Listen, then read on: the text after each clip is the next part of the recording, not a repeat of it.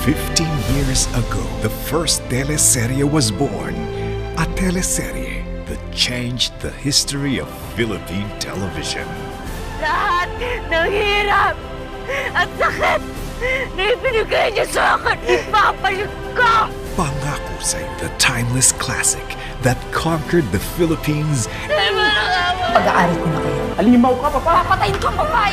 Sisirain natin ang mga Buenavista. Pagpapalit mo ko sa isang kampas lupa! Hanggang sa muli natin pagkikita.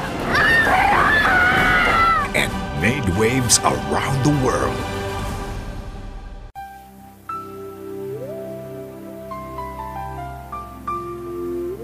This 2015, helmed by the original director, Rory B. Quintos, and brought to you by Star Creatives, the creators of Princess and I Got to Believe, The Legal Wife, and Forevermore. ABS-CBN proudly presents the modern retelling of this great Filipino love story.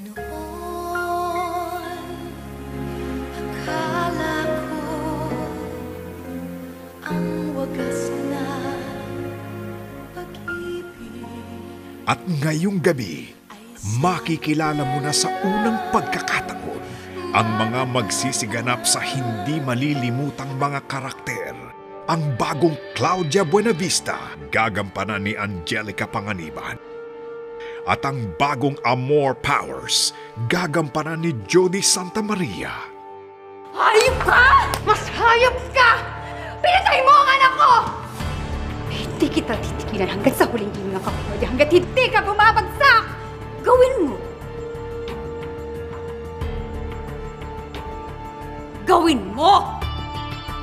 Hindi kita uurungan!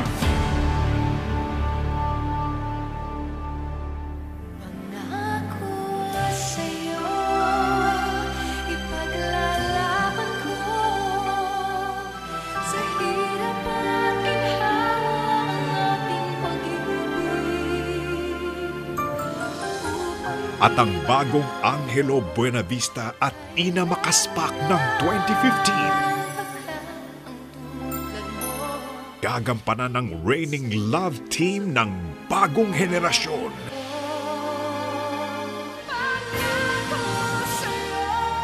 Watch a more mature Daniel Padilla and Catherine Bernardo as they breathe new life to these iconic roles. Ikaw pa lang ang minahal ko ng ganito. Paglalaban kita, Ina. Pangako sa'yo.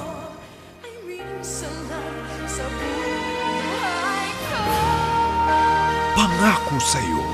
Soon on ABS-CBN Primetime Bida.